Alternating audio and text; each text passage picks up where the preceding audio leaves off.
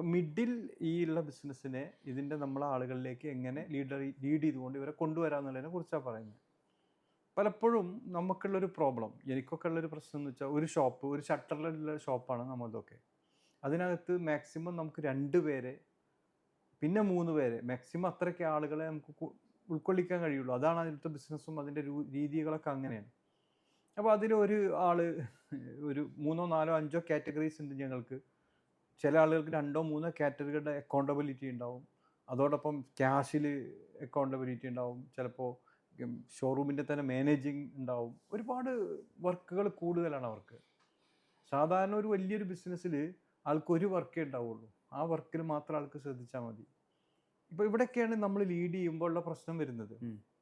ഈ എല്ലാ ഭാരം കൂടെ ഒരാളുടെ തലയിലേക്ക് അങ്ങ് വെച്ചു കൊടുക്കും. അതുകൊണ്ടായിരിക്കാം ഒരു പക്ഷേ ഇതുപോലെ ആൻസർ പറയാതെ മിണ്ടാതെ നിൽക്കുന്നതൊക്കെ.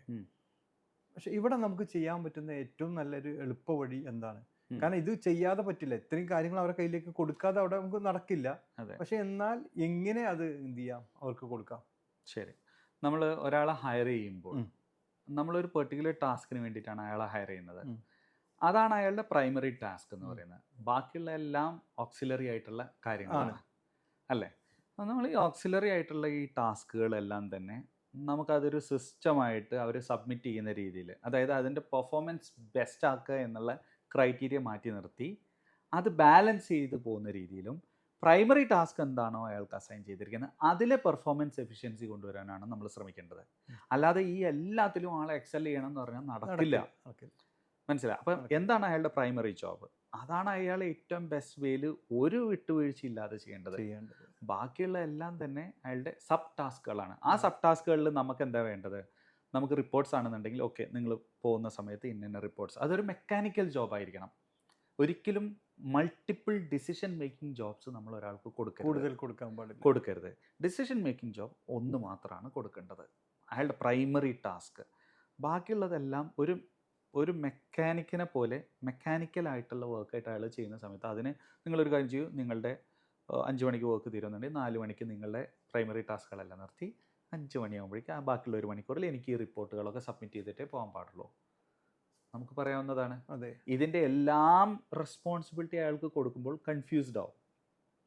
എപ്പോഴും എന്താ വെച്ചാൽ ഇതെല്ലാം കൂടെ താങ്ങാനുള്ള ഒരു കപ്പാസിറ്റി അവർക്ക് ഉണ്ടാവില്ല. പിന്നെ ഓണർ എന്ന നിലയ്ക്ക് ഇതൊക്കെ കൂടെ അവൻ്റെ ക്യാഷ്, ചിലപ്പോൾ നാളത്തെ എമൗണ്ട് പേയ്മെന്റ്, ചിലപ്പോൾ ക്യാഷ് ഫ്ലോ ഒക്കെ ഇവർ തന്നെ ആയിരിക്കും കൈകാര്യം ചെയ്യുന്നുണ്ട്. അത്ര വലിയൊരു കാര്യങ്ങൾ കൊടുക്കാതെ അവർക്ക് കൊടുക്കാവുന്ന അവർ മെയിനായിട്ട് കൊണ്ടുവരുന്ന വെച്ചാൽ സെയിലായിരിക്കും. അതിൽ മാത്രം ഫോക്കസ് ചെയ്യുന്ന രീതിയിലേക്ക് അതിന് 1, 2, 3, 4 ടാസ്കുകളാക്കി നമ്പറായിട്ട് എഴുതി, ഈ ടാസ്കുകളാണ് നിങ്ങളത്, നിങ്ങൾ അതിനപ്പുറത്തേക്കൊന്നും വല്ലാതെ ചിന്തിച്ച് പോകേണ്ടതില്ല എന്ന രീതിയിൽ കൊടുക്കുന്നതിനെ കുറിച്ച്. അതെ, അത് ചെയ്യാൻ. ഇവിടെ ഒരു ചോദ്യമുണ്ട്. എന്തുകൊണ്ടാണ് ഒരാളെ മാത്രം വെച്ചിട്ട് നമ്മളൊരു സ്ഥാപനം റൺ ചെയ്യുന്നത്? ആലോചിച്ച് നോക്കൂ. അവിടെ സെയിൽ വരാത്തതുകൊണ്ടല്ലേ? അതെ. ഇപ്പോൾ ഷോറൂം ആണെന്നുണ്ടെങ്കിൽ അവിടെ സെയിൽ വരാത്തതുകൊണ്ടാണ് ഒരാൾ മാത്രമായിട്ട് നിൽക്കുന്നത്. മാത്രമായിരിക്കില്ല. ഓക്കെ, വേറെ എന്തൊക്കെ റീസൺസ് കൊണ്ട് ഒരാളെ മാത്രം വെച്ചിട്ട് നമ്മൾ റൺ ചെയ്യും? ഞാൻ മനസ്സിലാക്കുന്നത് നല്ല ക്യാപ്പബിൾ ആയ ആളുകളെ കിട്ടാത്തതായിരിക്കാം. അപ്പം നമ്മളുടെ റോങ് ഹയർ ആണ്. ഹയർ എന്ന് പറഞ്ഞാൽ അപ്പോൾ ഉള്ള ആൾക്കാരെ വെച്ചിട്ട് തള്ളിക്കൊണ്ട് പോകാൻ ഞാൻ പറഞ്ഞത് അത് അത്രേ കിട്ടുള്ളൂ. ഇവിടെ എന്ന് പറഞ്ഞാൽ നമുക്ക് ഒരു ഹയറിങ്ങിന് നല്ലൊരു സിസ്റ്റം ഉണ്ടാവില്ല. അവിടെ നല്ല കേപ്പബിളായ ഹയറിംഗ് പേഴ്സൺ ഉണ്ടാവില്ല. അവർക്ക് കൃത്യമായ ഇന്റർവ്യൂ ചെയ്യാൻ പറ്റുന്ന ആളുകൾ ഉണ്ടാവില്ല. ചെറിയ ബിസിനസ് ഇതൊക്കെ ഉണ്ട് ഇപ്പോഴും. കാരണം അവിടേക്ക് ആളെ വെക്കാനുള്ള പ്രോഫിറ്റ് ഇല്ല. അപ്പൊ കറക്റ്റിന്റെ വാലല്ല. കറക്റ്റിന്റെ വാലല്ല. ഈ നമ്മളെ സംബന്ധിച്ചോളം ഓൾറെഡി ഉള്ള ഈ സാധനം ഉണ്ടല്ലോ, അതിനെ എങ്ങനെ കയറ്റാൻ പറ്റും നമ്മൾ നോക്കുന്നേ. അവിടെയും തലയാണ് പ്രവർത്തിക്കുന്നത്. പ്രോബ്ലം ശരിയാണ്, പ്രോബ്ലം ഐഡന്റിഫൈഡ് ആണ്. ഇവരെ ഇത് വെച്ചിട്ട് തന്നെ ഇപ്പൊ അവർക്ക് ഇന്ന് തന്നെ ഒരു പുതിയൊരു HR-നെ ഇട്ട് ആ HR തന്നെ നല്ലൊരു ക്യാപ്പബിളായ ഒരു HR ഇതിലേക്ക് വരില്ല, വേണമെന്നില്ല. വരൂല. നമുക്ക് നല്ലൊരു HR-നെ അവിടെ വേണമെന്നുണ്ട്. നമ്മൾക്ക് ഇപ്പോൾ ഒരു ഷോറൂം നമ്മൾ നന്നാക്കി എടുക്കുകയാണ്. അവിടെ നമുക്ക് ഒരു എഫിഷ്യൻ്റ് ആയിട്ടുള്ള ഒരാളെ കണ്ടെത്തണമെന്നുണ്ടെങ്കിൽ പല വഴികളുണ്ട്. ഞാൻ HR ഒക്കെ വരുന്നതെന്ന് പറഞ്ഞാൽ നമ്മളൊരു എൻ്റയർ ഓപ്പറേഷൻസ് എൻ്റയർ ടീമിനെ കൈകാര്യം ചെയ്യുക എന്ന് പറയുമ്പോഴോ ഒരാൾക്ക് വേണ്ടിയിട്ടൊന്നും ആരും ഒരു HR-നെ ഹയർ ചെയ്യണമെന്ന് പറയില്ല. ഞാൻ പറഞ്ഞുതരാം.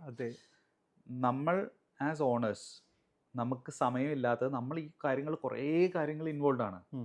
നമ്മൾ എഴുതുക നമ്മുടെ ടാസ്ക്, അവരുടെ ടാസ്ക് എഴുതുന്നതിന് നമ്മുടെ ടാസ്ക് എഴുതിയിട്ട് ഇതിൽ നിന്ന് ഏതാണ് എൻ്റെ പ്രയോറിറ്റി,